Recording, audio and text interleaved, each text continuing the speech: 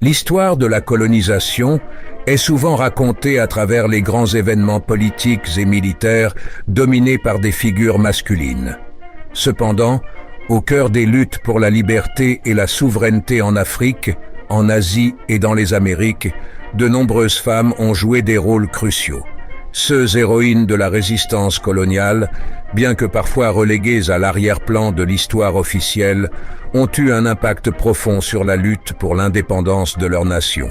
Elles ont défié l'autorité coloniale, mobilisé leur communauté et, dans certains cas, ont pris les armes pour défendre leurs terres et leur peuple. Ce texte met en lumière certaines de ces héroïnes qui, par leur courage et leur détermination, ont marqué l'histoire de la résistance coloniale. 1. Yaa Asantewaa, la reine guerrière de l'Empire Ashanti, Ghana. Yaa Asantewaa est sans doute l'une des figures les plus emblématiques de la résistance africaine contre la colonisation. Reine-mère du peuple Ashanti au Ghana, elle a joué un rôle central lors de la guerre de l'or, ou guerre des Ashanti, contre les Britanniques en 1900. À cette époque, les autorités britanniques avaient capturé et exilé le roi des Ashanti, demandant également la cession du trône d'or, symbole suprême de la souveraineté Ashanti.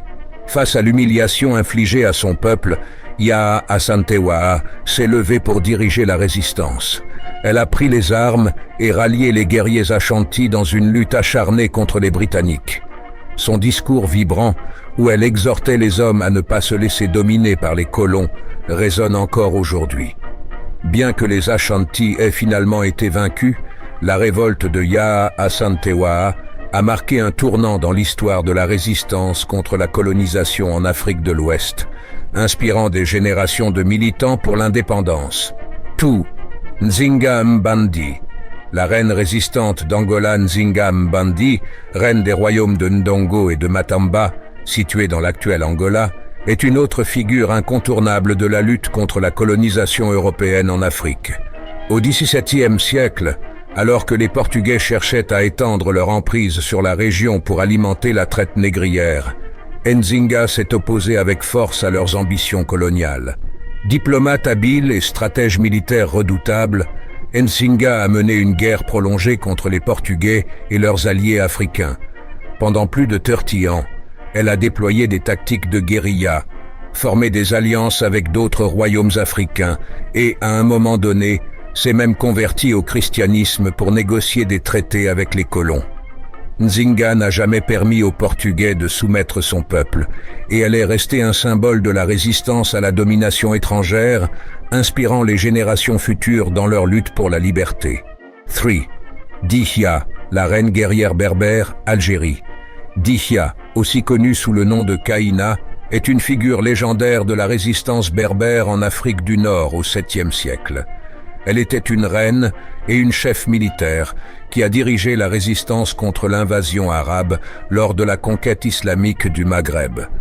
Dihia était à la tête des Berbères, un peuple autochtone d'Afrique du Nord, et elle a combattu les armées omeyyades avec bravoure. Sous son commandement, les forces berbères ont repoussé les Arabes pendant plusieurs années, et elle est souvent décrite comme une femme sage, courageuse et dotée d'un sens stratégique remarquable.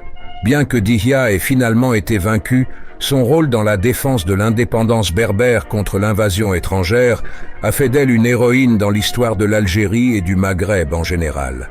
Sa figure est aujourd'hui un symbole de la résistance identitaire et de la lutte pour l'autonomie. 4. Sarojini Naidoo, la voix de l'indépendance de l'Inde. Sarojini Naidoo, poétesse militante pour les droits des femmes et figure de proue du mouvement pour l'indépendance de l'Inde, a joué un rôle crucial